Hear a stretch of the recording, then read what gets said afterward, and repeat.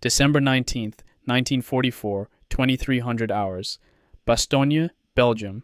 My name is James Sullivan, Private First Class, 1st Battalion, 506 Parachute, Infantry Regiment, 101st Airborne Division.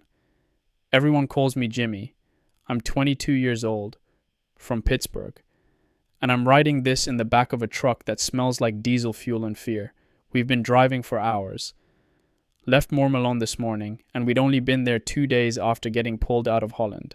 2 days of hot food and clean socks, and I actually slept in a real bed. Should have known it wouldn't last. Nobody told us where we were going until we were already loaded up.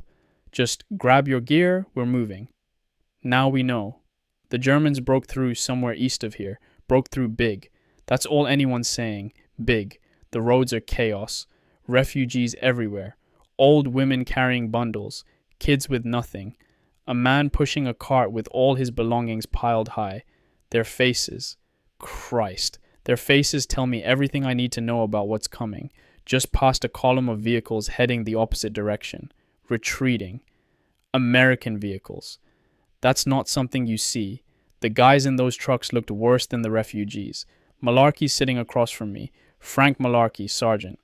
Best friend I've got in this outfit. Been with him since Tokoa. He's got that look on his face. The one where he's pretending everything's fine while his jaws clench tight enough to crack teeth. He caught me writing just now. What are you doing, Sullivan? Writing your memoirs? I told him someone should write this stuff down. He laughed. Dark kind of laugh. Well, you better write fast. I got a feeling we're not going to be bored. The truck just stopped. We're here. Bastogne. I can see fires in the distance. Hear artillery. Distant thunder that means someone's dying. Got to go. They're yelling for medics to report to the aid station. My medical bag feels heavier than usual. Or maybe I'm just tired. Been tired since Normandy. Since D-Day. That was 6 months ago. Feels like 6 years. More later. If there is a later.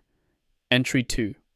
December 20th, 1944, 0800 hours.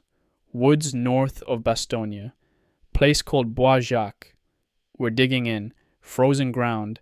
Pickaxes bouncing off dirt hard as concrete. My hands are already numb and it's only 8 in the morning. No winter gear. We've got the same uniforms we wore in Holland. Summer weight. The quartermaster said winter stuff was coming. When? Nobody knows. Temperature dropped overnight. Maybe 20 degrees. Maybe less. My breath makes clouds thick enough to hide in. Set up a forward aid station in a cellar about 200 yards back from the line. It's not much. Dirt floor, stone walls, smells like rot and old potatoes. But it's below ground. That's what matters when the shells start flying. Doc Rowe's here with me. Eugene Rowe, another medic. Cajun from Louisiana. Quiet guy. Competent. We don't talk much, but there's an understanding. We both know what's coming. Already treated our first casualties this morning. Not from combat, frostbite. 3 guys with toes turning black. One of them, kid named Morrison, kept apologizing. Sorry, Doc, sorry. I know you got more important stuff. More important than saving his feet? I didn't say that. Just told him to keep his boots off and wrapped his feet in extra socks. What else can I do? We don't have proper medical supplies for cold injuries.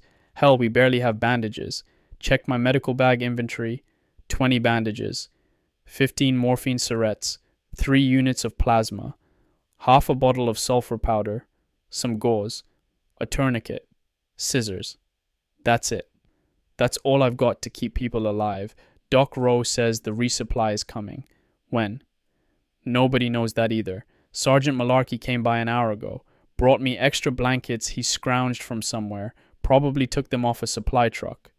I didn't ask. Don't be a hero, he said. Heroes die first. I reminded him that medics aren't supposed to be heroes. Just do the job. He looked at me with those tired eyes. In this war, Sullivan, doing the job is being a hero. Then he left, back to his foxhole, back to waiting. That's what this is right now, waiting. The Germans are out there.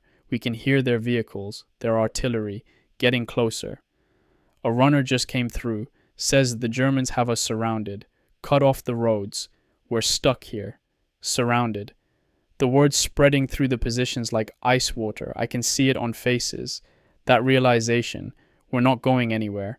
My stomach hurts. That tight feeling. Not hunger, fear. I know the difference now. I'm sitting in this cellar writing by candlelight. The flame keeps flickering, shadows dancing on walls. Above me, I can hear boots stomping, men moving, getting ready. The artillery's getting louder, closer. I should try to eat something. K-rations, the hash. Cold and congealed, but it's food. Can't eat. Throat's too tight.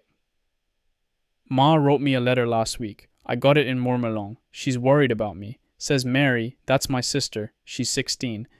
Mary got the lead role in the Christmas pageant at church, playing the Virgin Mary. Ma's so proud. Christmas. That's 5 days away. I wonder if we'll still be alive for Christmas.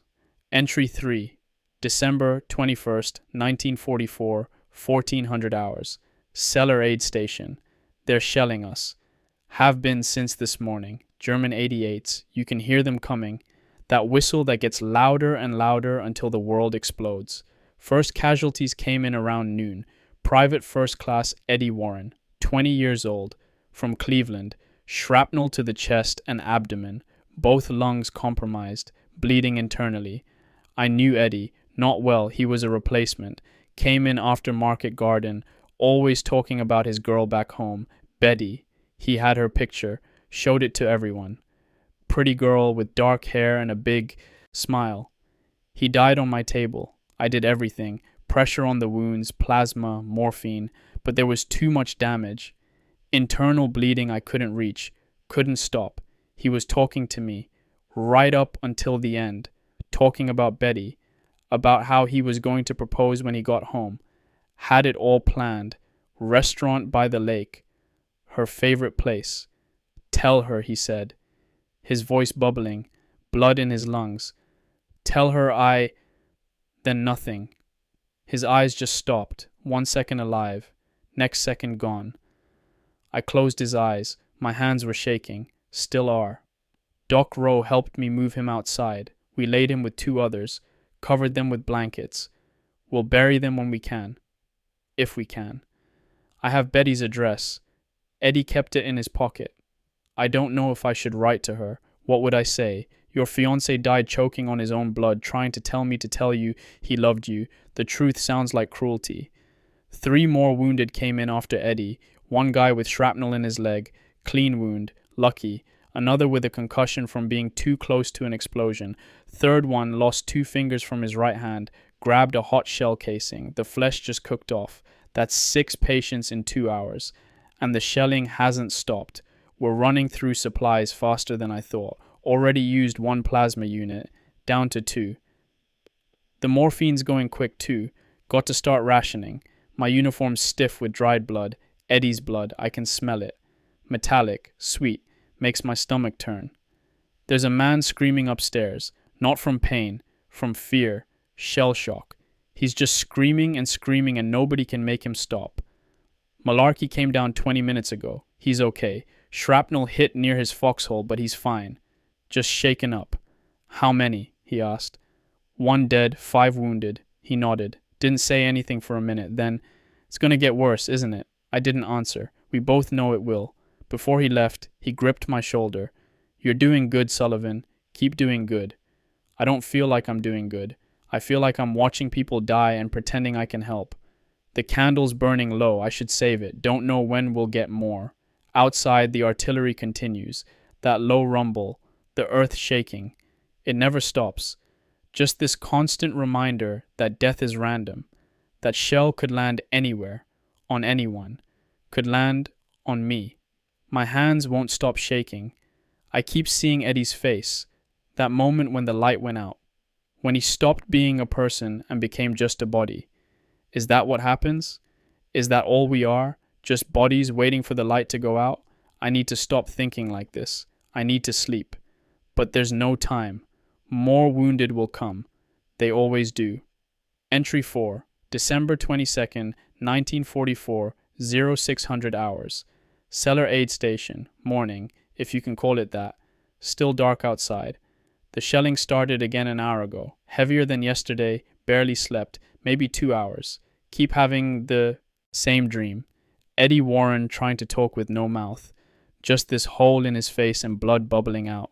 I'm so tired. Everything hurts. My back, my legs, even my teeth ache. 4 more casualties came in during the night. One of them was bad. Is bad. Still alive but barely.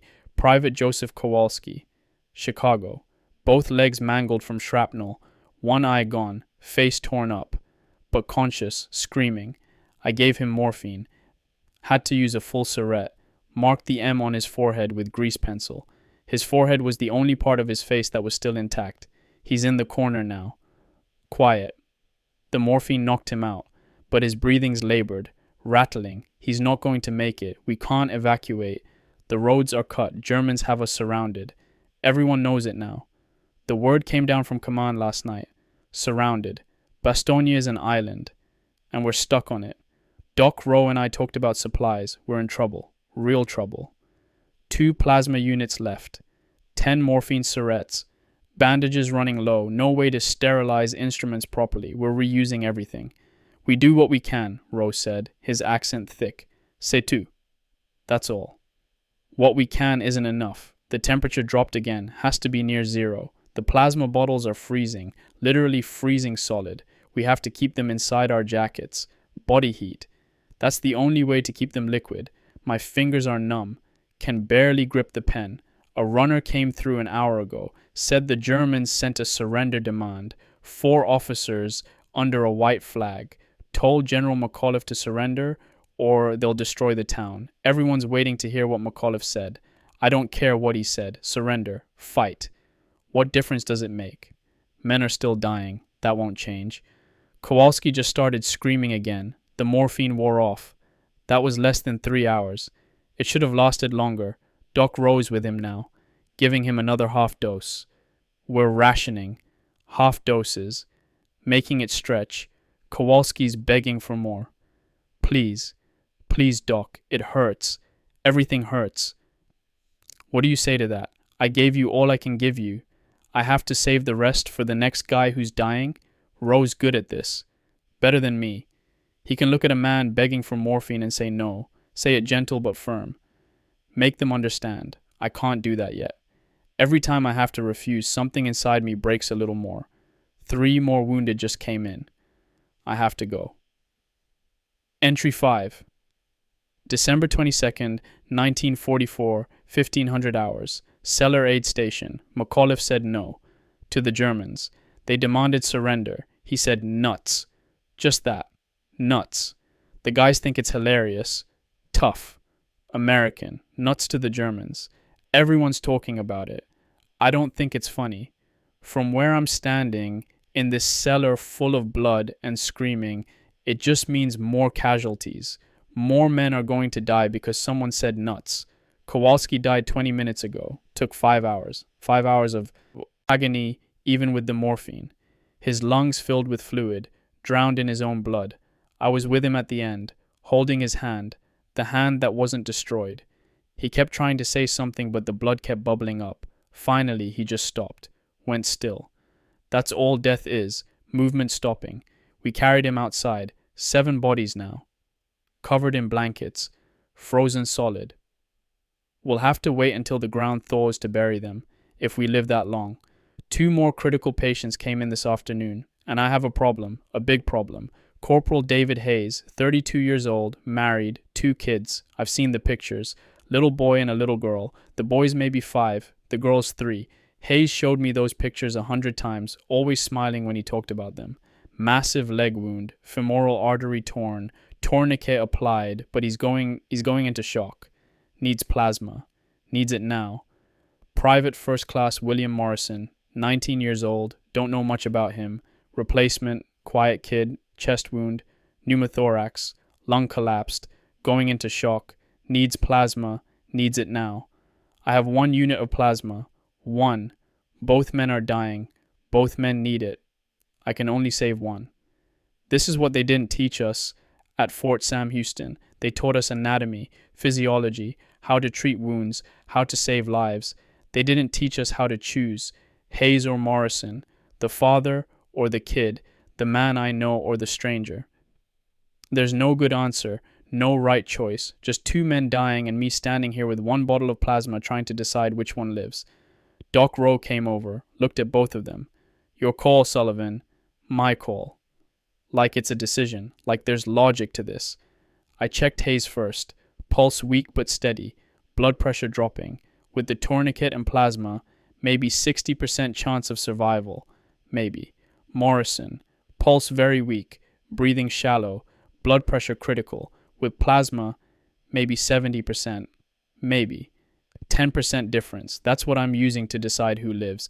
10%, and the fact that Morrison's younger. God forgive me. I gave the plasma to Morrison. Hayes was conscious. He saw me. Knew what I was doing. Knew I was choosing the other guy. It's okay, Doc, he said, voice barely a whisper. Take care of him. I tightened his tourniquet, gave him morphine, marked the M on his forehead, told him he'd be fine, told him help was coming. I lied. Morrison stabilizing, slowly, his breathing's better, colors returning, he might make it, Hayes is dying, pulse getting weaker, he's unconscious now. The morphine, small mercy. I'm sitting next to him, writing this, watching him die. Because I chose someone else. His wallet's in his pocket.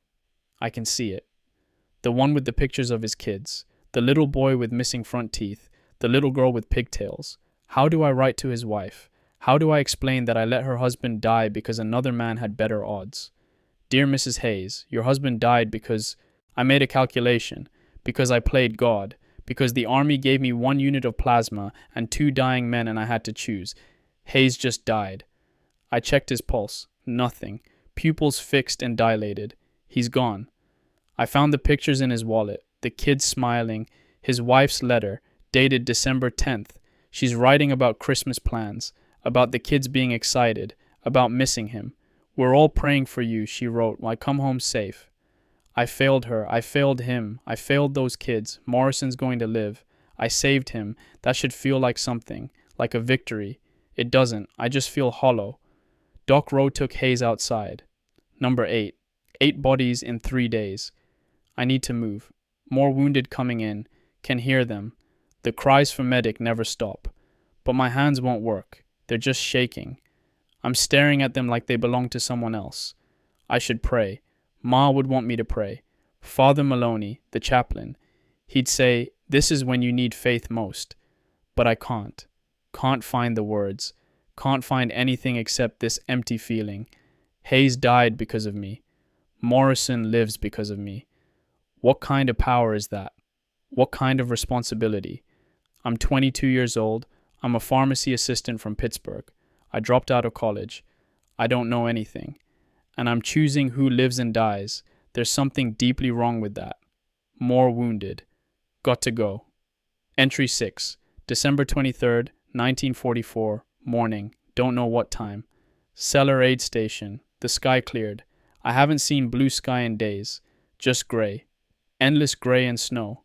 But this morning the clouds broke, and with the clear sky came the planes. C-47s. American cargo planes. Flying over Bastogne, dropping supplies by parachute. The guys are going crazy, cheering, running out into the snow to grab the bundles as they drift down. Like kids on Christmas morning. Christmas. That's tomorrow. The parachutes are beautiful, red and white and green, drifting down like flowers falling from heaven. Supplies, food, ammunition. Medical supplies. Doc Rowe and I got a bundle. Tore it open right there in the snow. Plasma, morphine, bandages, sulfur powder, surgical supplies. I actually laughed. First time in days. Just started laughing. Couldn't stop. Thank God, Rowe said. Merci Dieu. Thank God. Yes, maybe there is a God after all. But even that moment, even that perfect moment of relief, the war took it. 2 men running for a supply drop. Germans started shelling the drop zone. Direct hit. Both men killed instantly. Sergeant David Winters and Private Carl Jennings. Running toward life-saving supplies, killed by the same war that necessitated those supplies. The irony is almost funny. Almost. But we have supplies now. Enough to actually do our jobs. Enough to save people. Treated 4 wounded this morning. Actually treated them properly. With enough plasma. Enough morphine. Clean bandages. All 4 are going to live. All 4. That's something. That's a win. Malarkey came by around noon, brought me part of a chocolate bar from the airdrop, split it with me. We sat on empty ammo crates eating chocolate like it was the finest meal ever made. Sullivan, he said, you look like hell. I probably do. Haven't looked in a mirror in days. Can feel the stubble on my face. My uniform stiff with dried blood. My hands are cracked and bleeding from the cold. You should see yourself, I told him. He laughed. That real laugh, not the dark one. Fair point. Then he got serious. I need you to promise me something. What? If I die, when I die, you write my mother, tell her I wasn't scared. You're not going to die. Everyone dies, Jimmy. Question is when. He never calls me Jimmy, just Sullivan, but right then, he did. Promise me. I promised. Added it to the list of promises I'm carrying. All the letters I'll have to write. All the lies I'll have to tell grieving families. Your son was brave. Your husband wasn't scared. He died quickly. Didn't suffer. All lies. They always suffer. After Malarkey left, I sat down to check the new supplies. Inventory. Make sure I know what I have. 20 units of plasma. 40 morphine syrettes. Boxes of bandages. Sulfur powder. Sterile instruments. It's like being rich after being poor. But even with supplies, I can't save everyone. Hayes taught me that. There's always going to be someone I can't save. The shelling's picking up again. The Germans aren't happy about the resupply. They're hammering us. More wounded coming in. 3 so far. None critical. Shrapnel wounds. I can actually treat them properly now. One guy, Private Lucas, kept thanking me. Over and over. Thank you, Doc. Thank you. I wanted to tell him I'm not a doctor. I'm just a kid from Pittsburgh who learned first aid. But he doesn't care about that. To him, I'm the guy who stops the bleeding, who makes the pain go away. That's something. Being that person. Maybe that's enough. Christmas Eve is tonight. Father Maloney's going to hold a service. Mass in a cellar with bombs falling outside. I should go. Ma would want me to go. But I don't know if I can. What do you say to God when you've seen what I've seen? When you've done what I've done? How do you pray after watching Hayes die? After choosing who lives? I don't have answers. The temperature's dropping again. Going to be a cold Christmas. Malarkey just got hit. Shrapnel. Left shoulder and arm. He walked down here himself, trying to act tough. Just a scratch, Sullivan. It's not a scratch, it's deep. The shrapnel's embedded. I can see bone. This is going to hurt, I told him. Just do it. I removed 3 pieces of shrapnel. He didn't make a sound, just clenched his jaw and stared at the wall, sweat pouring down his face, cleaned the wound, sulfur powder, bandages, gave him morphine even though he refused at first. Save it for someone who needs it. You need it, take it. He took it. The morphine's making him drowsy now. He's sitting in the corner, eyes half closed. Remember your promise, he said. You're not dying. It's a shoulder wound. Just remember. I remember. I remember all the promises, all the faces, all the names. Sometimes I wish I could forget. Entry 7. December 23rd, 1944. Afternoon, Cellar Aid Station. The parachutes are still coming. Waves of C-47s. The sky's full of them.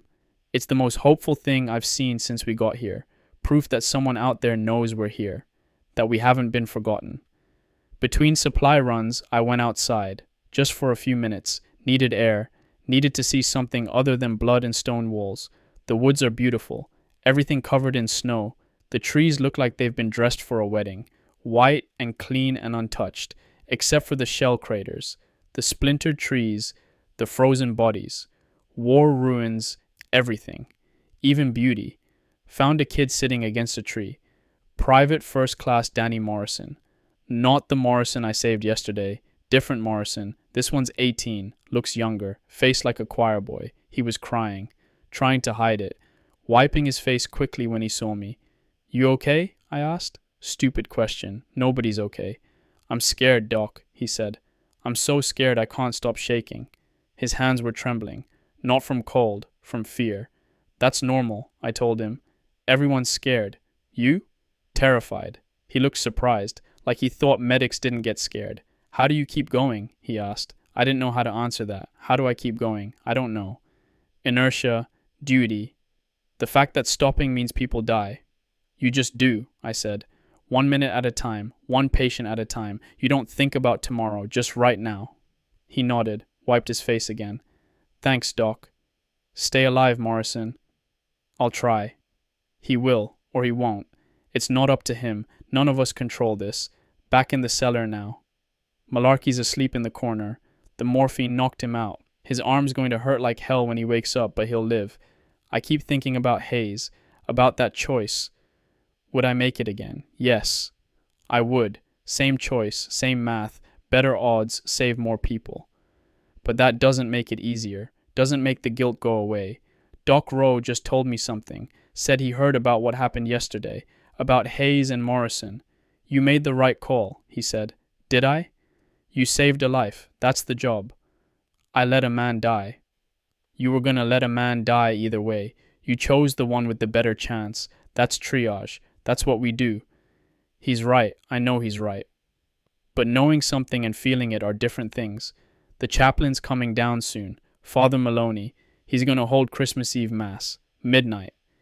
In this cellar, the guys are cleaning up, making space. Someone found candles.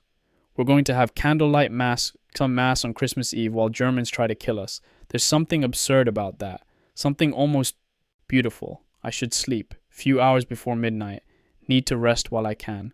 But I can't stop my mind. It keeps circling. Hayes, the German kid I treated last night.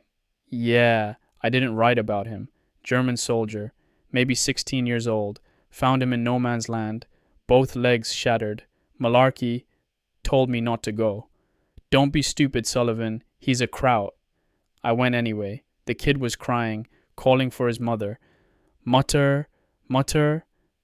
He thought I was going to kill him, saw me coming, and started begging. Bitte, bitte, please. I showed him my Red Cross armband. Sanitator, medic. Treated his wounds. Applied tourniquets. Gave him morphine, half dose. Still rationing at that point. He showed me a picture. His family. Mother, father, little sister, they look like my family. Same smiles, same ordinary faces. Warum? He asked. Why? Well, du ein Kind bist, I said. Because you're a kid. That's all the German I know. But he understood. Dragged him back to our lines. German machine guns opened up, trying to kill us both. Their own soldier and the medic saving him. The guys were pissed. Why'd you save a kraut? Because he's a kid. Because he was crying for his mother. Because the war makes us forget that the enemy are people too. I don't know if that was right or wrong. Don't know if I wasted supplies on an enemy soldier while Americans were dying. But I'd do it again. Every time. The medic's job isn't to choose sides. It's to stop people from dying. All people. That's the only thing that makes sense in all this madness. Entry 8, December 24th, 1944, 0200 hours. Cellar Aid Station. Christmas Eve. Or Christmas morning now. Technically. The Germans attacked. Infantry assault. 2 hours ago. Middle of the night. Chaos. Absolute chaos.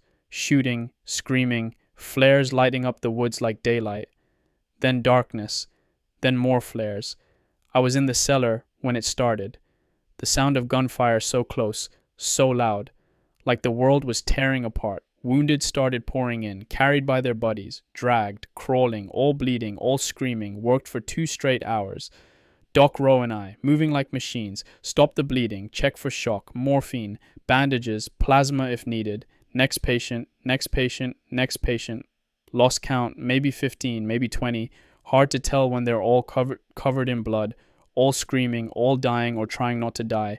One kid, don't know his name, got shot, intestines exposed. I pushed them back in, actually pushed his intestines back into his body cavity. They were warm, slippery. He was conscious, watching me, his eyes so wide. Am I going to die? He asked. No, I lied. You're going to be fine. He died 10 minutes later, went into shock. Nothing I could do. Even with supplies, gut wounds like that. He never had a chance. The attack broke. Germans pulled back. Don't know why. Maybe we held. Maybe they're regrouping. The cellar floor is covered in blood. Literal pools of It. My boots make squelching sounds when I walk. 12 wounded downstairs now, various states, 3 critical, 9 stable-ish, 2 died while I was treating others, bodies outside, number 18 and 19, lost count. Need to start keeping better records. But who has time for records? My hands are shaking again. Not from cold this time, from exhaustion, from adrenaline wearing off, from something deeper. I need to sleep. But can't. Keep seeing that kid's intestines. Keep feeling them in my hands. That's the thing they don't tell you about being a medic. You touch death, literally. Your hands are inside people, inside wounds, inside broken bodies. You touch what's supposed to stay inside, what's never supposed to see daylight, and then you try to eat, try to sleep, try to be normal. Can't be normal after this. Malarkey woke up during the attack, tried to get up, fight. I made him stay down. Your arm's fucked, Frank. You're not going anywhere. He argued, swore at me, finally stayed. The morphine helped. He's asleep again now. The other wounded are quiet. Morphine, exhaustion, shock. They're just lying there. Some staring at the ceiling, some with their eyes closed but not sleeping. One guy's praying, whispering the Lord's Prayer, over and over. Our Father, who art in heaven, hallowed be thy name. I want to believe that means something, that someone's listening, that all this suffering is part of some plan, but I can't. If God's up there, he's watching Hayes die while I choose to save Morrison. He's watching that kid with his guts hanging out beg me to save him. He's watching boys kill each other in frozen woods on Christmas Eve. What kind of God is that? Father Maloney was supposed to hold mass at midnight. He tried, got about 20 guys together in one of the cellars, started the service. German artillery interrupted. Direct hit on the building next door. 3 men killed. Mass cancelled. Merry Christmas. I should write home, should write Ma, tell her I'm fine, tell her everything's okay, but I can't form the words. Every word would be a lie. How do I write about Christmas at home from Christmas in hell? Sun's going to come up in a few hours. Christmas Day. Wonder what that'll bring. More death, probably. War doesn't take holidays. Entry 9. December 24th, 1944, 1000 hours. Christmas Eve morning. The aid station is overflowing. Too many wounded. Not enough space. Had to make a decision I never wanted to make. Private Dennis Cooper. Leg wound. Shrapnel. Not life-threatening but painful. Needs morphine. Begging for it. Please, Doc, please. It hurts so bad. It's like my leg's on fire. I checked my morphine supply. Running low again. Down to 8 syrettes. Looked at the other wounded. 3 guys with worse injuries. Critical. Going to need morphine more. I can't, I told Cooper. I have to save it. He looked at me like I'd stabbed him. What?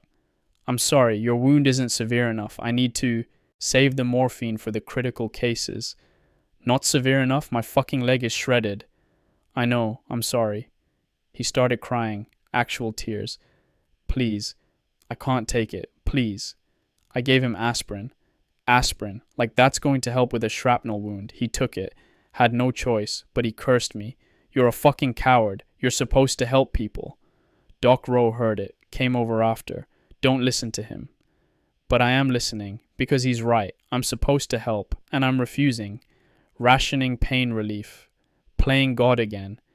This is what the war's turned me into. Someone who can look at a man in agony and say no. Someone who can watch a man cry and beg and still say no. Because there might be someone worse coming. There's always someone worse coming. Cooper's in the corner now, rocking back and forth, moaning. The aspirins doing nothing. I hate this. Hate every second of this. More wounded came in an hour ago. German artillery. One of them critical. Corporal James Patterson. Both legs gone. Traumatic amputation. Used a morphine syrette on him. The last thing Cooper saw. Me giving morphine to someone else. To someone I said was worse. Patterson's dying. The tourniquets are slowing the bleeding, but he's lost too much blood, going into shock despite the plasma. He's quiet now. The morphine's keeping him comfortable. He's not going to make it through the night. I'm sitting with him, writing this. His breathing's shallow, labored. He opened his eyes a few minutes ago, looked at me. Am I going to make it, Doc? You're going to be fine, I lied. He smiled, believed me, closed his eyes again. Why do I keep lying to them? Why can't I just tell the truth? You're dying. I'm sorry. There's nothing I can do, because the lie is a kindness. The lie lets them die with hope instead of terror. That's what I tell myself anyway. Cooper's still in the corner, still moaning. I can hear him. Under all the other sounds, the artillery, the wounded, the boots stomping overhead, I can hear him moaning, and I'm not helping. This job's gonna kill something inside me. Maybe it already has. Entry 10, December 24th, 1944, 1800 hours. Christmas Eve evening. Father Maloney's going to try again. Christmas Eve Mass. In 1 hour. In a different cellar. One that hasn't been hit. I should go. Ma would want me to go. She's probably at church right now. Midnight Mass at St. Patrick's. Mary's there. Dad. All of them. Praying for me. Praying I'm safe. Praying I'll come home.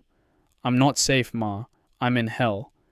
And I don't know if the person who comes home will be someone you recognize. Got a letter from her today. Mail came in with the supply drop. Letter postmarked December 10th. She wrote about normal things. Mary's Christmas pageant. Dad's back getting better. Mrs. O'Brien's son coming home on leave. She made pierogi for Christmas. My favorite. Saved some in prayer you'll return to share them. Pierogi. Christmas dinner. Family. Around the table. I can't even imagine it. Can't picture myself there. That world feels like a story someone told me about someone else's life. She asked if I'm eating enough, if I'm warm, if I'm staying safe. I started writing back 3 different times, threw away all 3 letters. How do I answer? Yes, Ma. I'm eating. Cold K rations that taste like cardboard. Yes, I'm warm. When I'm not treating frostbite cases in a freezing cellar. Yes, I'm safe. Except for the constant artillery and the men dying in my hands. Can't tell her any of that. Can't burden her with the truth. So I'll lie. Like I lied to the dying soldiers. Like I lied to myself. Dear Ma, everything's fine. Food's good. Weather's not too bad. Missing you all. Merry Christmas. Love, Jimmy. All lies. Every word. Patterson died 20 minutes ago. Went quietly. The morphine kept him comfortable. Small mercy. That's 21 bodies now. 21 men dead in 5 days. How many more before this is over? Cooper's still in pain. Still moaning. But quieter now. Maybe he's getting used to it. Or maybe he's just too exhausted to scream anymore. I gave him more aspirin. It's all I have. All I can give. He took it without a word. Wouldn't look at me. I don't blame him.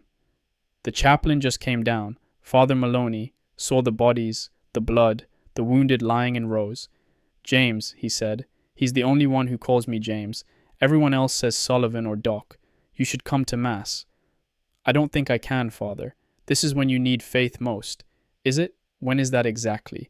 When you're choosing who gets morphine, when you're watching men die and can't save them, when you're covered in blood and haven't slept in 3 days. I don't think God's here, Father, I said.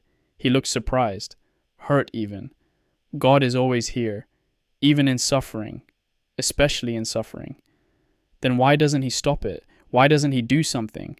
Father Maloney didn't have an answer for that, just said, God works through us, through you. You're saving lives. I'm watching people die.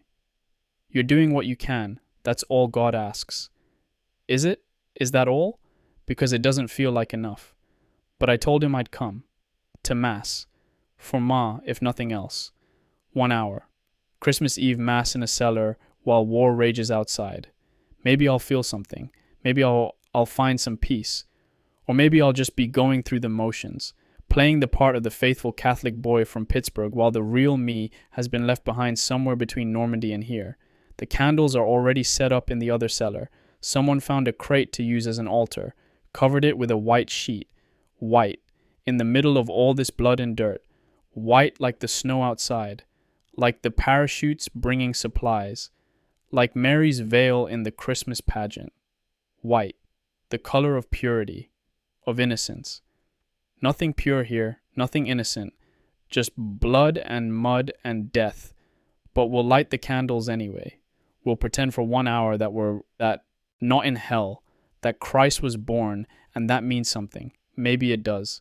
Maybe I'm too tired to see it. Time to go. Mass is starting soon. Entry 11. December 25th, 1944, 0500 hours. Christmas morning, Mass was.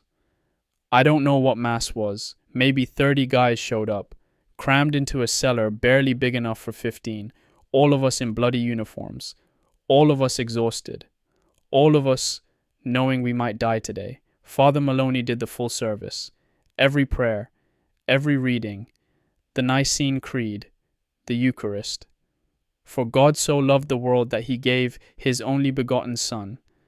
I listened to those words, words I've heard my whole life, words Ma believes with her whole heart, tried to feel something, tried to connect to that faith I grew up with. The faith that got me through D-Day, through Holland, nothing, just emptiness where the faith used to be. Is this what losing your soul feels like, this hollowness? We sang Silent Night, all 30 of us. In German first, Stille Nacht, because that's where it came from. Then in English, Silent Night, Holy Night, all is calm, all is bright. Nothing's calm, nothing's bright. But we sang anyway. Some guys were crying, tears running down dirty faces, thinking about home, about family, about Christmases before the war. I wasn't crying, couldn't. Too tired, too empty. Father Maloney gave communion. I went up, took the host. Body of Christ, blood of Christ, tasted like cardboard and wine, that's all. Where's the transformation? Where's the grace? Maybe I'm too far gone. Maybe I've seen too much, done too much, or maybe there's nothing there. Never was. Just stories we tell ourselves to make sense of random suffering. After Mass, Father Maloney pulled me aside. How are you, James? Fine, Father. No, really, how are you? I looked at him, this middle-aged priest trying to help, trying to save souls while I'm trying to save bodies. I don't think I believe anymore, I said. Hadn't planned to say it, just came out. He didn't look shocked, just sad. In God? In anything. Purpose, meaning, justice, all of it. That's the war talking, not you. Maybe the war's telling the truth. Maybe this is what the world really is. Random suffering, random death, no plan, no purpose, just chaos. Father Maloney put his hand on my shoulder. I can't give you easy answers. Can't make the doubt go away. But I can tell you this. The fact that you're still trying to save lives, still caring, still showing mercy, that's God working through you whether you believe it or not. I didn't know what to say to that. Keep doing what you're doing, James. Keep saving who you can. Keep being human. That's all the faith you need right now. Then he left. Had to go give last rites to someone in another unit. Came back to my cellar. Tried to sleep. Couldn't. Mind racing. 0200 hours the Germans attacked again. Christmas morning. They attacked on Christmas morning. Heavy assault. Artillery first. Then infantry. All along the perimeter. Wounded started coming in immediately. Screaming, bleeding, dying. Private First Class Dominguez. Chest wound. Shrapnel pierced his lung. Sucking chest wound. Blood bubbling from his mouth. I sealed the wound. Plastic wrapper from a field dressing taped over the hole. 3 sides sealed. 1 side open as a flutter valve. His breathing eased. Just a little. But he was in shock. Going fast. Doc, he whispered. Doc, I'm scared. I know. You're going to be okay. I'm dying, aren't I? I couldn't lie to him. Not this time. His eyes knew the truth already. Yeah, I said. I think so. I'm sorry. He started crying. I don't want to die alone, please. Don't let me die alone. I won't. I'm right here. Will you pray with me? I don't remember the words. I don't believe anymore. That's what I told Father Maloney an hour ago. But this kid's dying and he's asking me to pray. So I prayed. Our Father, who art in heaven, hallowed be thy name. Thy kingdom come, thy will be done, on earth as it is in heaven. He joined in, voice barely a whisper, getting weaker, but he said the words, Give us this day our daily bread, and forgive us our trespasses, as we forgive those who trespass against us. His hand found mine, gripped it tight, like he was holding on to life itself. Lead us not into temptation, but deliver us from evil. his grip loosened, eyes still open but not seeing. For thine is the kingdom and the power and the glory forever. Amen. He died holding my hand, while I said words I don't believe to a God I'm not sure exists. But for him in that moment they mattered. They gave him peace. Maybe that's what faith is, not believing for yourself, but being willing to believe for someone else. Being willing to speak words of hope even when you feel none. I don't know. Don't know anything anymore. Merry Christmas. Entry 12, December 25th, 1944, afternoon. Christmas Day. I broke. That's the only way to say it. I broke. The fighting continued all morning, wave after wave of wounded, Germans throwing everything at us. Doc Rowe and I worked without stopping, 4 hours straight, moving like machines. Stop the bleeding, check the airway, treat for shock, next patient, lost count, maybe 20, maybe 30. They all blur together after a while. Then Private First Class Robert Chen came in. He's 18 years old, replacement, arrived December 20th, 5 days ago. 5 days. I didn't know him well, talked to him once. Night before he died, he was scared. Asked me what the odds were, how many medics die. I lied. Said medics rarely die, said he'd be fine. Mind blast. Both legs gone above the knee. Traumatic amputation. He was conscious, that's the worst part. Conscious and looking down at where his legs used to be. Doc, he said, voice surprisingly calm. Shock. Doc, where are my legs? I can't feel them. I applied tourniquets to the stumps. Blood everywhere. So much blood. Too blood. They're hurt bad, I lied. But we'll fix you up. I can't feel them, Doc. Why can't I feel them?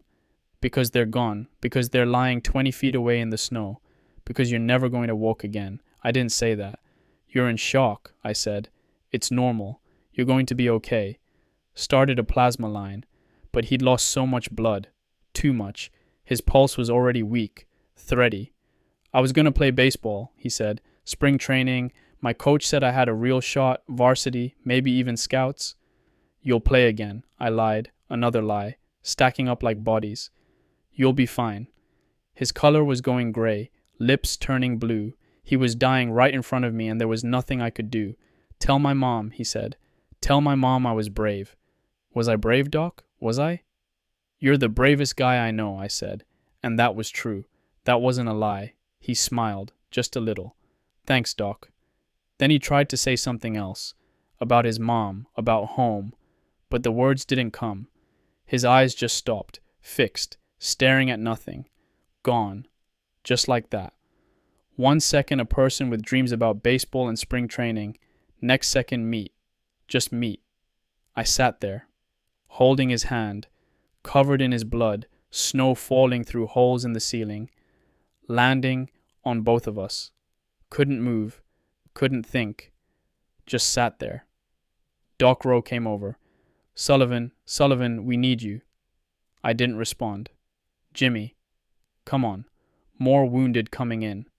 I stood up, walked outside, behind the tree line where nobody could see, and I vomited, bent over, everything coming up. The K rations from this morning, the bitter coffee, everything, kept heaving even when there was nothing left. Then I collapsed in the snow, and I cried, actual crying, deep, shaking sobs that came from somewhere deep, somewhere I'd been keeping locked down since this all started. Cried for Chen, for Hayes, for Eddie Warren, for all of them, all the faces, all the names, all the kids who died believing my lies. Cried for myself, for what this is doing to me, for what I'm becoming. Sergeant Malarkey found me. Don't know how long I was out there. He didn't say anything, just sat down next to me in the snow, put his good arm around my shoulders. We sat like that for I don't know how long. Him with his wounded arm, me with my shattered soul. Finally he said, "You gotta get up, Jimmy. They need you." I can't. You can. You have to. I lied to that kid, told him he'd be okay, watched him die still believing me. You gave him hope. That's not a lie. That's mercy. Is it? It's all we got, brother. Hope. Even false hope. It's better than dying in terror. He helped me up, brushed the snow off my uniform, looked me in the eye. You're the best medic we got, Sullivan. You've saved more lives than I can count, but you can't save everyone. You gotta accept that. I nodded. Didn't believe him, but nodded anyway. We walked back. More wounded were waiting. They're always waiting. I washed my face with snow. Went back to work. Treated 5 more that afternoon, all stable, all going to live. Didn't feel like victory. Just felt like postponing the inevitable. Chen's body is outside now. Number 23. 23 dead. And we're only 6 days in. How many more? How many more before I completely break? Before there's nothing left of the person I used to be? Night's falling. Christmas night. Back home, Ma's probably putting away the decorations. Mary's probably still excited about her pageant. Dad's probably sitting in his chair reading the paper. Normal. Safe. A world away. I'll never be part of that world again. Even if I survive this. Even if I go home. I'll be carrying this. Chen's face. Hayes' family photo. Warren's last words.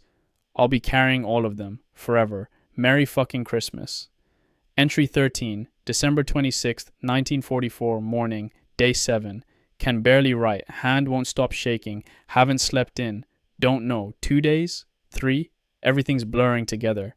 Can't tell what happened today and what happened yesterday and what was 3 days ago. Faces. Just faces. Wounded. Dying. Dead. Don't know their names anymore. That's the worst part. I've stopped remembering names. They come in bleeding. I treat them. They die or they don't. Then the next one comes. Names don't matter. Just wounds. Just anatomy. Just trying to keep blood inside bodies. Doc Rowe noticed. Called me on it. You okay, Sullivan? Fine. You called that last guy Morrison. His name's Patterson. Did I? Don't remember. They all look the same now. Sorry. Don't be sorry. Just take a break. Sleep. Something. Can't sleep. Every time I close my eyes, I see Chen, see his legs, see him asking if he'll walk again, see myself lying to him. What am I becoming? What is this place turning me into? Used to care about each one. Each patient was a person, had a name, a story, a family waiting back home. Now they're just cases, sucking chest wound, arterial bleed, compound fracture, shrapnel wounds, burns. Just cases, just problems to solve or fail to solve. Is that better? Is that how I survive this? By stopping to see them as human? That can't be right. But I don't know what else to do. More wounded came in this morning. Artillery barrage. 4 casualties. 2 critical. Treated them. Both lived. Both will recover. Should feel good about that. Don't feel anything, just numb, like someone wrapped my emotions in cotton wool. Everything's muffled. Distant. The other medics are the same. Doc Rowe. The battalion aid station guys. We all have that look. That 1,000-yard stare. We've seen too much. Done too much, carried too much. Something's broken inside all of us.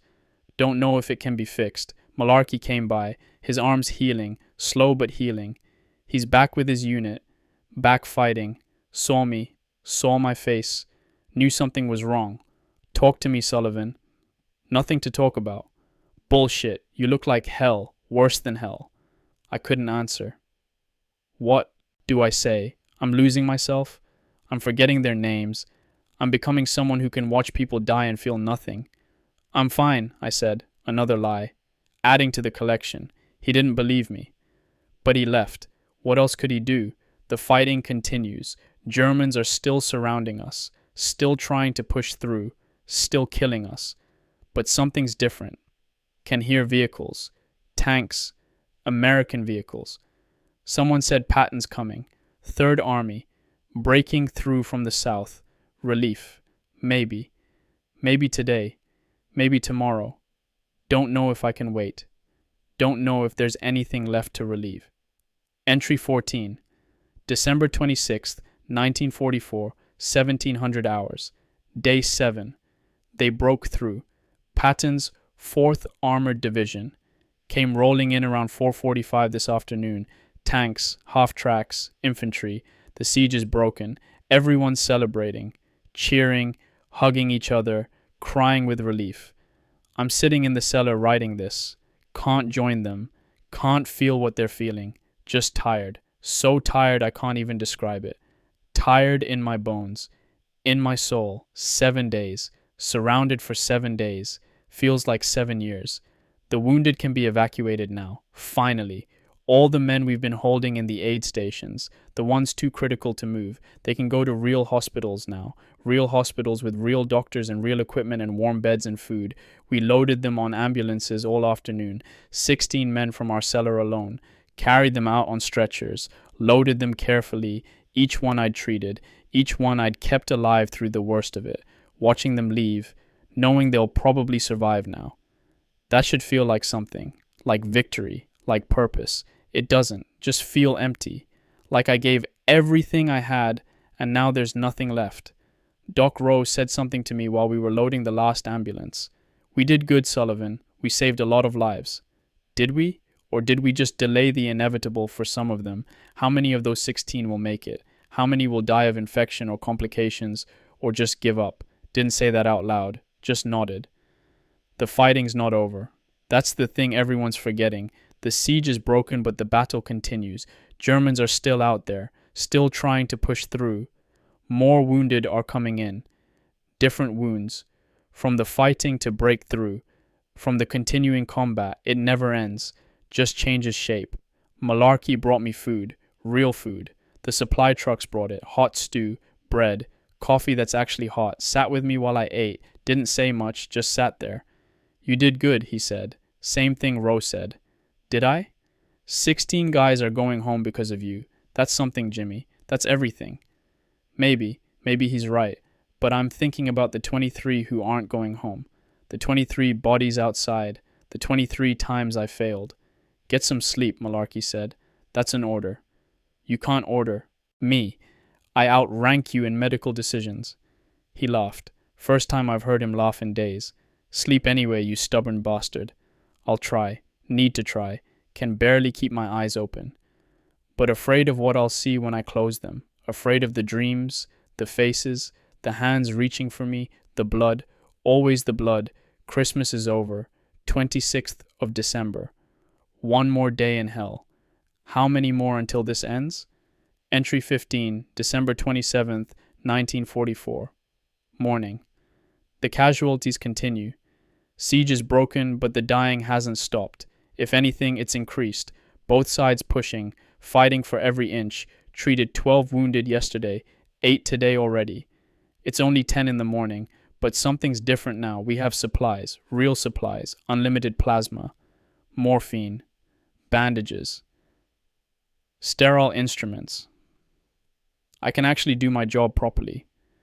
Can give people the full dose of morphine, can spend time on each patient, can save people who would have died during the siege. That should make everything better, should make this bearable. It doesn't. Because I'm thinking about Hayes, about how he died because I had 1 unit of plasma and had to choose. If the siege had been broken 1 day earlier, Hayes would be alive. 1 day. That's how random it is. That's how meaningless. Timing, luck, chance, nothing else. One of today's patients reminded me why this matters though. Corporal Michael Stevens, shrapnel wound to the abdomen, bad. During the siege he would have died, no question. Not enough plasma, not enough time. But today, with supplies, with help, with time, I saved him, worked for an hour, stopped the bleeding, 2 units of plasma, full medical attention, sent him to the field hospital. He's going to live, going to go home, going to see his family again. Because the siege was broken, because I had supplies, because timing was right. That's something. That's one life that wouldn't exist without the supplies, without being able to do the job properly. Doc Rose saw me after, saw my face. Feel good? He asked. Should it? You saved a life that would have been lost. Yeah, should feel good. Maybe he's right. Maybe I need to focus on who I save, not who I lose. But it's hard. So hard to let go of the failures. They stick, they haunt. The successes fade, but the failures remain. Been thinking about what Father Maloney said, about faith, about God working through us. Don't know if I believe that. Don't know if I believe anything anymore. But I know this. I'm still trying, still working, still caring enough to do the job even when I feel nothing.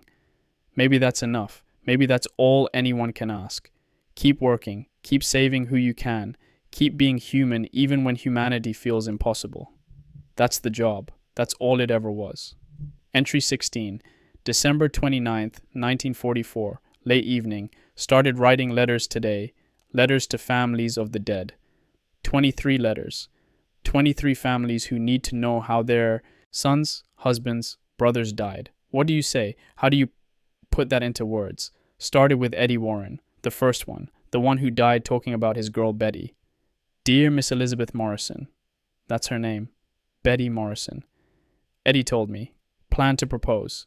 Had it all planned. I regret to inform you that Private First Class Eddie Warren was killed in action on December 22nd, 1944. He died bravely in service to his country. Bravely. He died from random shrapnel while sitting in a foxhole. Nothing brave about it. Just bad luck. He spoke of you often. You brought him comfort in his final moments. That's true, at least. He was thinking about her, about the proposal, about the future they'd never have. Please know that he did not suffer. Lie. He suffered. They all suffer. But what good does telling her that do? What purpose does honesty serve except to increase her pain? He was a good soldier and a good man. He will be missed. Finished the letter, sealed it, moved to the next one, David Hayes. The one I didn't save, the one I chose Morrison over. Dear Mrs. Hayes, I regret to inform you that your husband, Corporal David Hayes, was killed in action on December 22nd, 1944. How do I tell her I let him die? That I had 1 unit of plasma and chose to give it to someone else? That her husband died while I saved a stranger? He died bravely defending his position. He spoke of you and your children in his final moments. He wanted you to know that he loved you all very much. That's true. His last words were, "It's okay, Doc. Take care of him." He forgave me. Even knowing I was choosing the other guy, he forgave me. I don't know if I can forgive myself. 23 letters. Took me 4 hours. Each one saying basically the same thing. He died bravely. He didn't suffer. He spoke of you. He will be missed. All lies mixed with bits of truth. All attempts to ease pain I can't even imagine. These families don't know yet. Right now, they're going about their lives. Mrs. Hayes is probably decorating for Christmas with her kids. Betty Morrison is probably planning her wedding even though the groom is dead. In a few weeks they'll get the telegram, the official notification. Then maybe they'll get my letter, this attempt at comfort. Will it help? Will it make any difference? Don't know. But it's all I can do. This and keep working. Keep saving the ones I can. Malarkey found me in the cellar, surrounded by letters. What you doing? Writing letters. To families. He picked one up, read it. Didn't say anything for a while. You're a good man, Sullivan, he finally said. Better than most. I'm not. I'm just doing what needs to be done. What someone has to do. Promise me something, I said. What? If I die. Don't write my mother one of these letters. Don't tell her I died bravely. Tell her the truth. Tell her I was scared. Tell her I tried my best, but it wasn't always enough. Tell her I'm sorry I couldn't save everyone. He looked at me with those tired eyes. You're not gonna die. Promise me anyway. I promise. But you have to promise me something too. What? Promise me you'll stop carrying all this. You can't save everyone. You have to let that go or it'll kill you.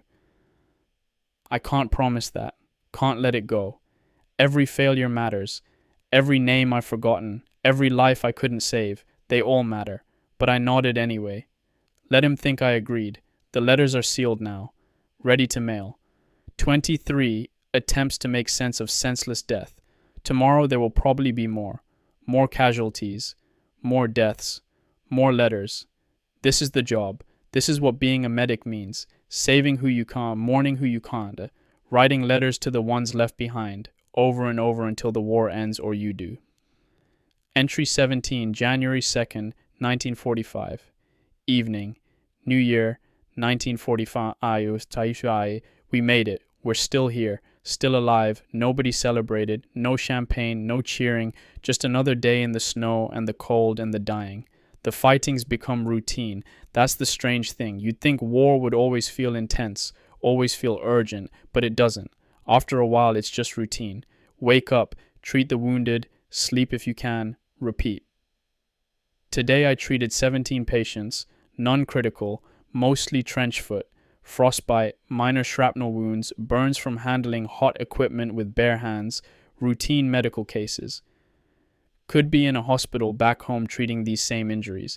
Except here between patients you hear artillery, you hear gunfire, you know people are dying a few hundred yards away, but you treat the trench foot anyway.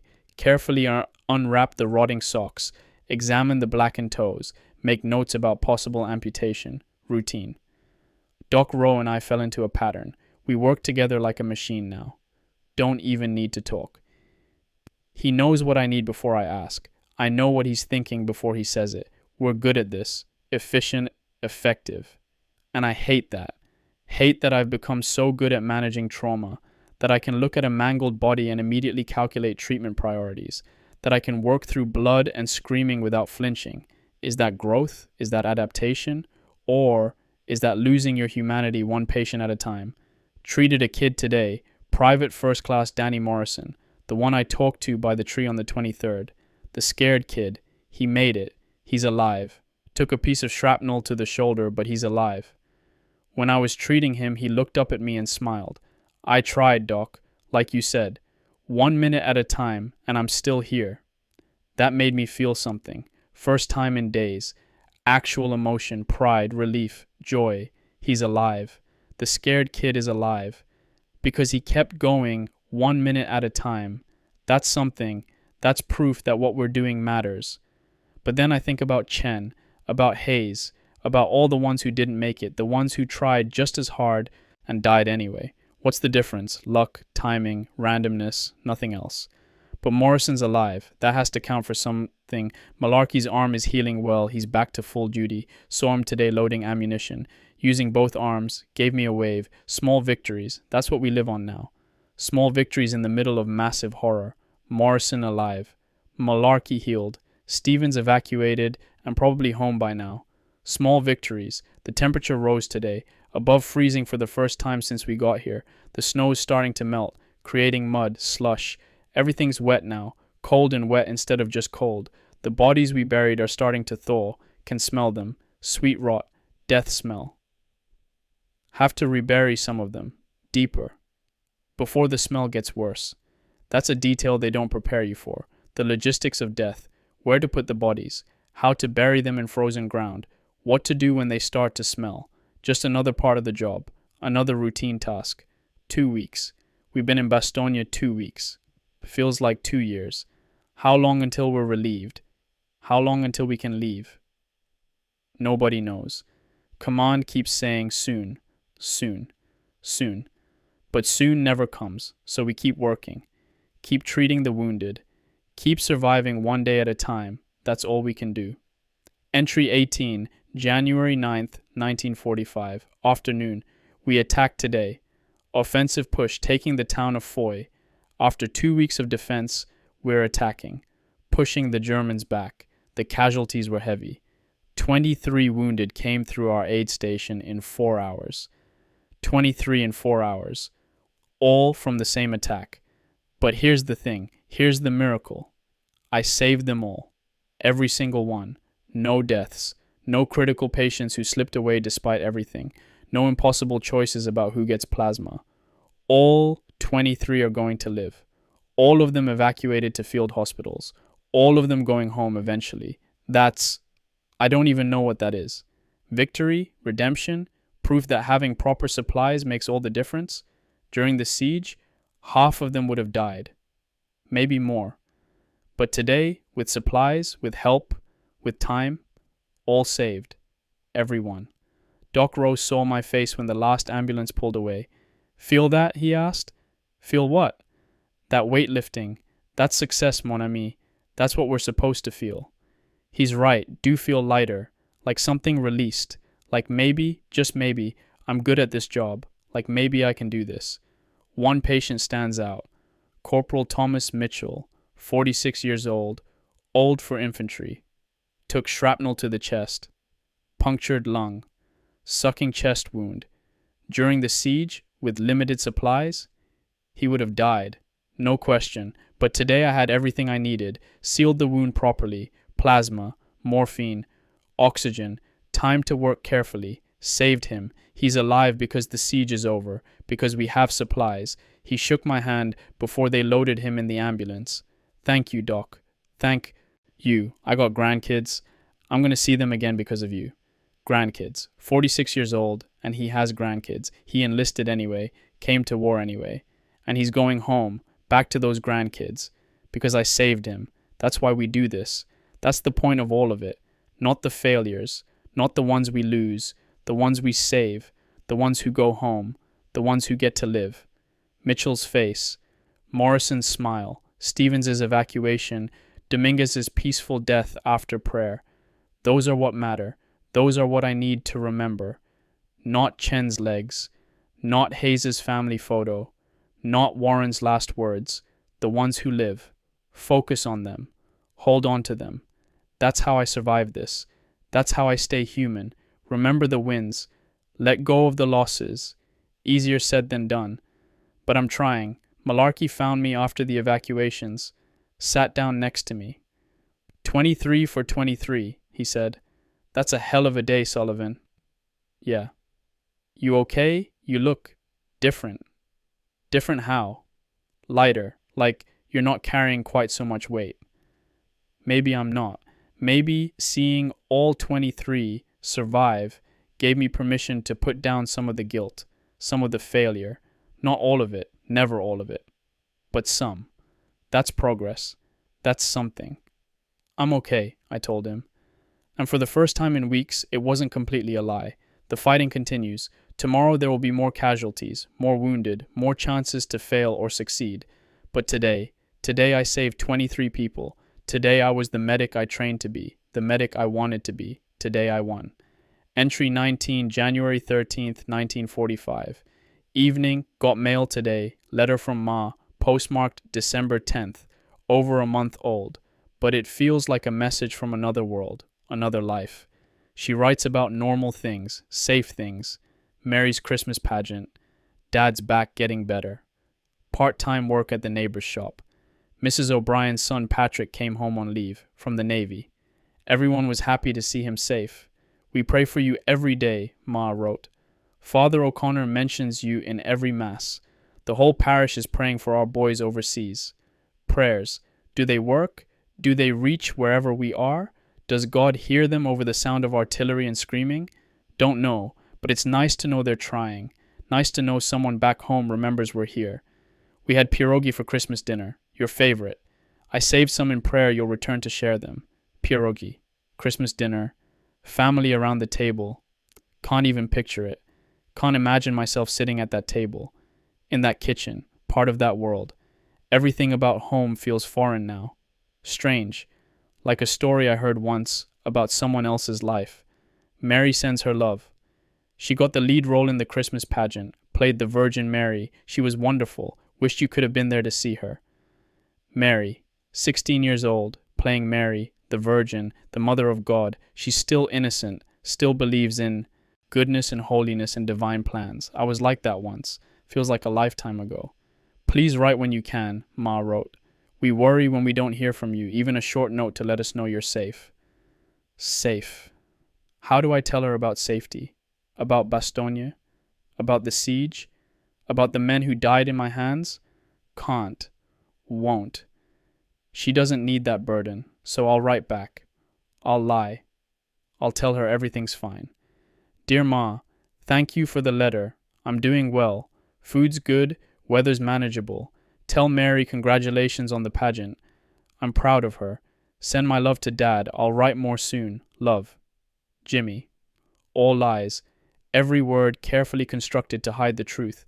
The truth is I'm not doing well. I'm barely holding together. The food is awful. The weather is killing us. I can't remember what it feels like to be warm. I'm proud of Mary. That part's true. Proud she's still innocent. Still untouched by this. But the rest? Lies. Protecting them from what I've become. From what I've seen. There's a gulf between us now. Unbridgeable. made of blood and death and choices no one should have to make. Even if I survive, even if I go home, I'll never really be there. Part of me will always be here, in Bastogne, in the cellar, watching Hayes die, watching Chen die, choosing who gets morphine. That's what war takes. Not just your time, not just your youth, your belonging, your place in the peaceful world. You become a stranger in your own life. Doc Rowe noticed me with the letter. From home? Yeah, my mother. That's good, no? Hearing from family? Yeah, it's good. But I couldn't explain the complicated feeling. The love mixed with distance, the longing mixed with alienation. How do you explain that to someone? That hearing from home makes you realize how far away you really are. Not just in miles. In everything. Malarkey understands, though. Saw me writing my response. Saw my face. Hard to write back, isn't it? He said. Yeah. What do you say? How do you explain this? He gestured at the cellar, the wounded, the blood stains that won't wash out. You don't, I said. You lie. You protect them. Yeah, you do. We sat in silence for a while, both of us holding letters, both of us trying to bridge an unbridgeable gap. We'll go home eventually, Malarkey said. When this is over, we'll figure it out then. Will we? Will there be a way to reconcile who we were with who we've become? Don't know. Can't see that far ahead. Right now, all I can see is tomorrow. The next patient. The next crisis. Home is too far. Too impossible. Too different from here.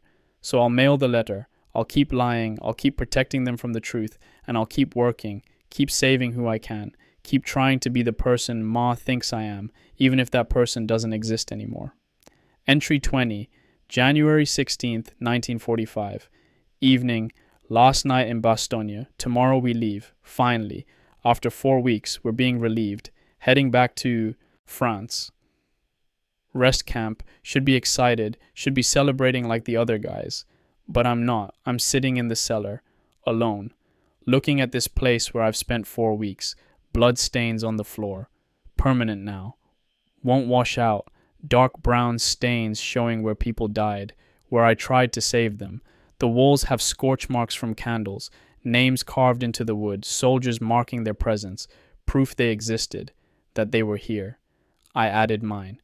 PFC J. Sullivan, 1st Battalion, 506 PIR, December 19, 1944 to January 17, 1945.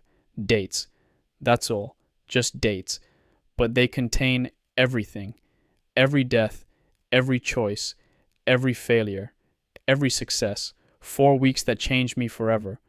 Walked through Bastogne today, by myself. Wanted to see it, needed to see it. The town is destroyed, rubble, burned buildings, craters. Not a single structure untouched. Found the cellar where Father Maloney tried to hold Christmas Eve Mass. Where the German artillery interrupted. Where 3 men died. Found the drop zone where we watched the parachutes fall. Where Winters and Jennings died running for supplies. Found the foxholes where the guys fought and died.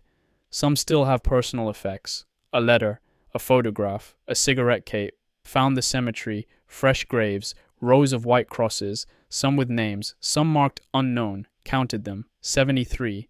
73 from our battalion alone. And that's just the ones they've buried so far. Stood there, looking at the crosses, trying to find Hayes, Warren, Chen, Kowalski, all of them. Some I found, some were already buried when I got there, before I knew to look. 23. That was my count. But the actual number is higher. Men who died before reaching the aid station. Men who died after evacuation. Men listed as missing. How many total? How many lives ended in this frozen hell? Too many. Always too many. Picked up a spent shell casing. German 88. Held it in my hand. Cold metal. Smooth. Heavy. This is what killed them. These shells falling from the sky. Random. Indiscriminate. Caring nothing for hopes or dreams or families back home. Put it in my pocket. Don't know why. Memento? Evidence? Proof this was real? Walk back slowly. Sun setting. Temperature dropping. Snow starting again. Tomorrow we leave. We survivors. We lucky ones. We carriers of ghosts. The new unit arrives in the morning. Fresh troops, replacements, kids who don't know yet what's coming. Saw some of them already. Young faces, clean uniforms, eager, nervous, excited. They look like we looked 4 weeks ago. Like children playing soldier. Wanted to warn them, wanted to say something, prepare them somehow. But what could I say? How do you explain Bastogne to someone who hasn't lived it? You can't. They'll learn, like we learned, the hard way, the only way. Some of them will die. That's certain. Question is how many? How long until they look like us? Hollow-eyed, exhausted, changed. Malarkey found me outside, looking at the replacements. Remember when that was us? He said. Yeah. Think we ever looked that young? We were that young. 4 weeks ago. He laughed, dark laugh. 4 weeks. Feels like 4 years. We stood there, watching the new guys, watching them joke and smoke and pretend they're not scared. You gonna tell them anything? Malarkey asked. Like what? I don't know. Advice, warning, something. No, they wouldn't listen anyway. I wouldn't have listened. Yeah, you're right. We walked back to the bivouac. Our last night in Bastogne.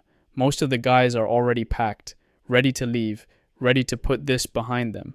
But you can't put it behind you. It comes with you, in your head, in your dreams, in every loud noise that makes you flinch, every face that reminds you of someone who died. Bastogne is over. But Bastogne will never be over. I'll carry it forever. We all will. Tomorrow we leave. But part of us stays. Part of us died here. In the snow, in the cold, in the cellars and foxholes and frozen woods. That part stays forever. With the crosses, with the bloodstains, with the memories. This is my last entry from Bastogne. Tomorrow starts something new, but I'll never forget this place. Never forget what happened here. Never forget their faces. Entry 21, January 17th, 1945. 0800 hours. Leaving Bastogne. Loading trucks now. Guys are actually cheering, laughing, excited. We're leaving, finally leaving. Looked back one more time. At the town, at the woods, at the place where we spent 4 weeks in hell. It looks small. From here, from the trucks, it looks like nothing. Just another destroyed Belgian town, just another battlefield. But it's more than that. It's everything. It's where we lived and died and changed. Where boys became old men in 4 weeks. The new units already moving in, setting up, taking our positions, our foxholes, our aid stations. They'll learn what we learned. They'll see what we saw. They'll become what we became. Some of them were watching us leave, saw our faces, the hollowness, the exhaustion, the change. One kid stepped forward. Couldn't have been more than 19. Baby face, scared eyes. Is it bad? He asked me. As bad as they say? How do you answer that? How do you tell someone that yes, it's worse than anything you can imagine, that you'll see things you can't unsee, that you'll make choices that will haunt you forever? Keep your head down, I told him. Listen to your sergeant. Help your buddies. That's all you can do. He nodded. Didn't look satisfied. But what else could I say? Hey, Doc, he called as I was walking away. Did you save a lot of people? I stopped. Thought about that. Hayes, Warren, Chen, Kowalski, 23 dead. Too many names I forgot. Too many faces I couldn't save. But also, Morrison, Stevens, Mitchell, Dominguez dying peacefully, 23 saved in one day. Dozens more over 4 weeks. Some, I said. I saved some. That's good, right? That's something? Yeah, I said. That's something. It is something. It has to be. Because if it's not, then what was it all for? Malarkey grabbed my arm. Come on, Sullivan. Truck's leaving. Climbed in, sat down. The truck started moving. Watched Bastogne disappear behind us. The smoke, the ruins, the graves. Watched it get smaller and smaller until it was gone. The guys are talking. Making plans. What they'll do at rest camp. Hot showers, hot food, real beds, sleep. I'm not talking. Just sitting here. Writing this, saying goodbye to Bastogne, to the men who died there, to the person I was before. I'm different now. Fundamentally changed. Can feel it. The weight of what I've carried. What I've seen. What I've done.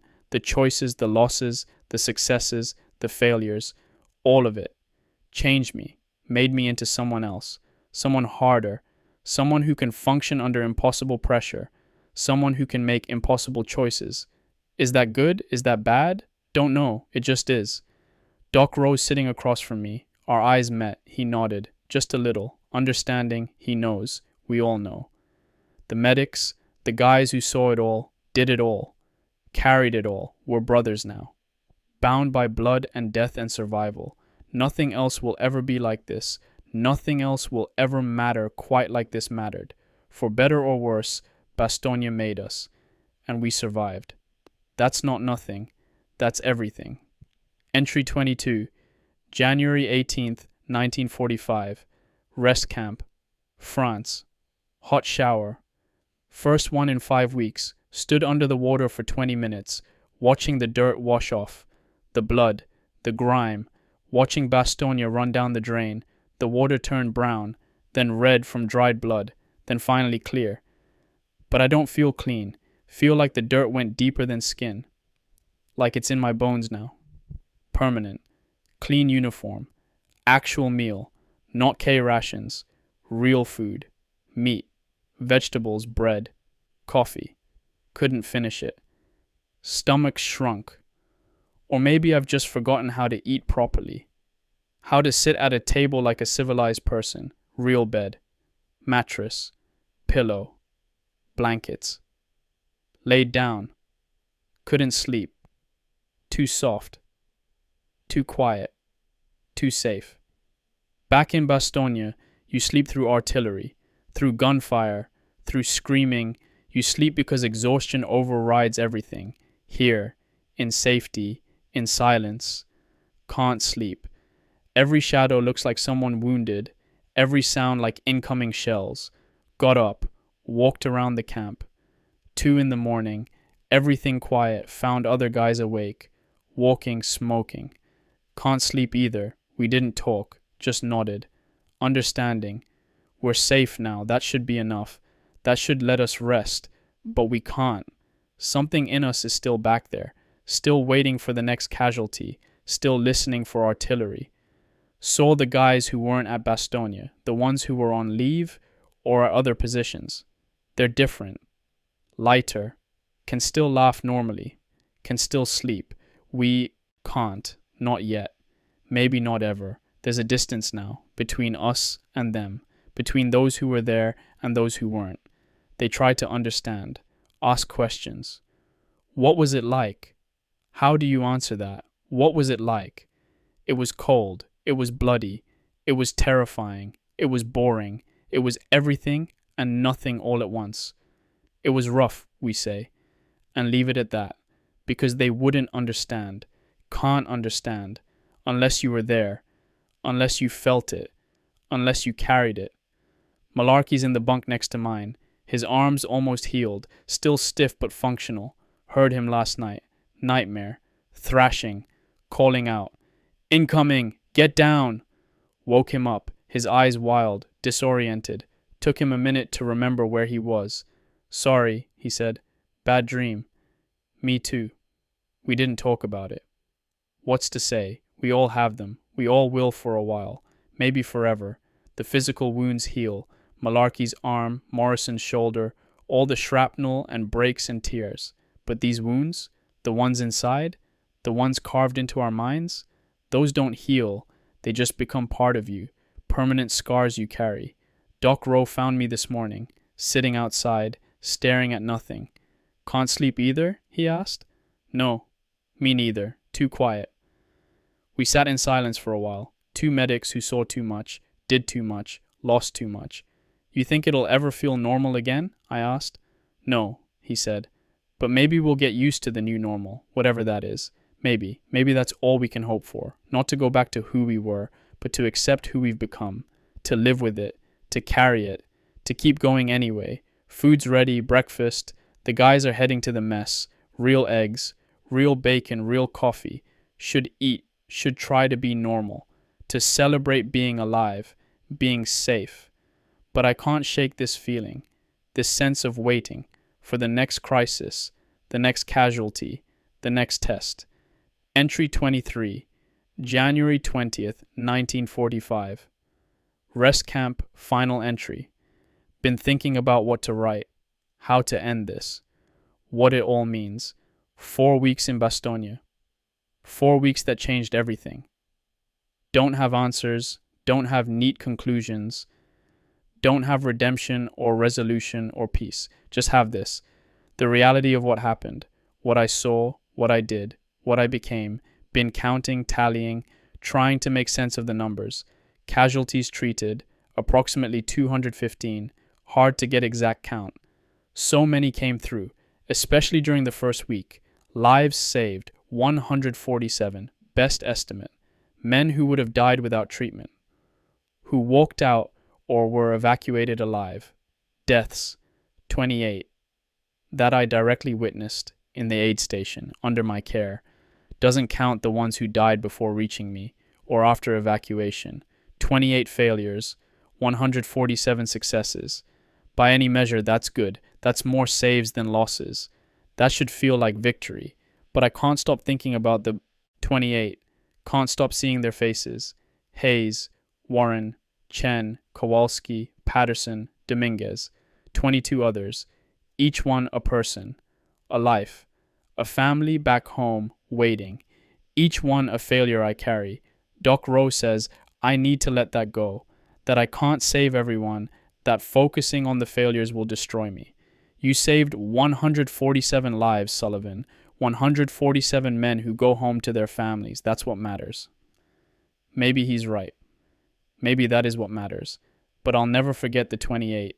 Never forget Hayes' children's photos. Chen's dreams about baseball. Warren's plans to propose. Never forget the choices. The triage. The rationing. The lies. That's what Bastogne took. My certainty, my faith, my innocence. Gave me something too, though. Experience, skill, the knowledge that I can function under impossible pressure, that I can make impossible choices and live with them, that I'm stronger than I thought, harder than I thought, more capable than I thought. Don't know if that's good or bad, just know it's true. Father Maloney found me yesterday, asked how I was doing. I don't know, Father, I told him honestly. Do you still doubt? Yes, more than ever. But you're still here, still trying, still caring. Is that enough? It's everything, James. Faith isn't certainty. It's choosing to keep going when you can't see the path, choosing to keep caring when you feel nothing, choosing to keep trying when you failed. Maybe he's right. Maybe that is faith. Not believing in God, but believing in the work, in the purpose, in the human capacity to endure and care and keep trying. I don't believe in divine plans anymore. Don't believe in heaven or hell or cosmic justice. But I believe in this. The work matters. Saving lives matters. Every person I keep alive is a victory against the random cruelty of war. That's my faith now. Not God, but the work itself.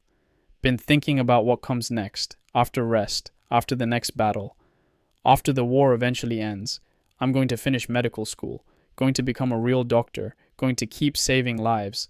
Because that's what gives this meaning. That's what makes Bastogne something other than senseless suffering. If I can take what I learned, what I experienced, what I survived, and use it to save more lives, then maybe it wasn't all for nothing. Maybe the 28 deaths can lead to hundreds more lives saved, thousands. Maybe that's the redemption, not forgetting them, but honoring them by doing better, by learning, by continuing. Wrote to Ma finally, real letter. Not lies this time. Well, fewer lies. Dear Ma, I can't tell you everything that happened. Can't explain what I saw, what I did. But I need you to know something. I'm different now. The Jimmy who left Pittsburgh isn't the person who will come home. I'm harder, quieter, carrying things I can't share, but I'm still your son, still Mary's brother, still part of the family, just changed. I hope you can accept that. Accept me, who I've become. I love you all. I'm going to keep trying to make you proud. Your son, Jimmy. Sealed it. Mailed it. Don't know how she'll react. Don't know if she'll understand. But it's the truth, or as much truth as I can give her. Malarkey's arm is healed enough. He's going back to his unit. Back to fighting. We said goodbye this morning. Stay alive, Sullivan, he said. You too. If you ever need anything after the war, look me up, Oregon, you'll be able to find me. I will. We shook hands, brothers, bound by Bastogne, by blood, by survival. He'll be okay. He's tough, survivor. If anyone makes it through this war, it's him. Doc Rose being transferred, different unit, different sector. We said goodbye too. You're a good medic, Sullivan, he said.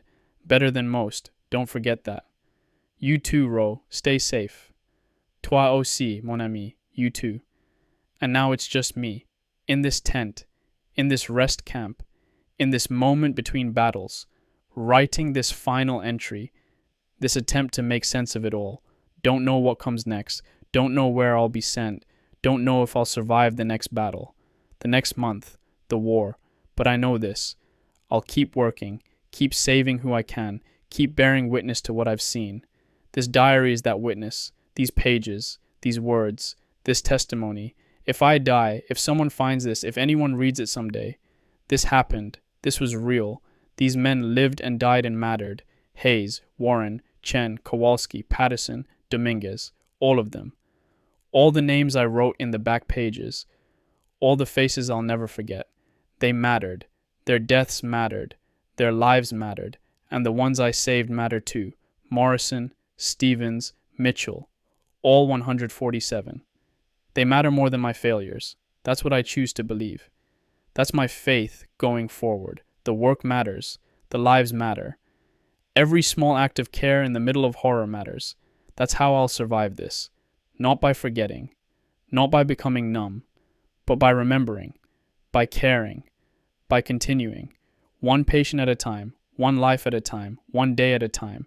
Bastogne is over. But I'm not. I'm still here. Still breathing. Still trying. And I'll keep trying until this war ends, or I do. That's my promise. To myself.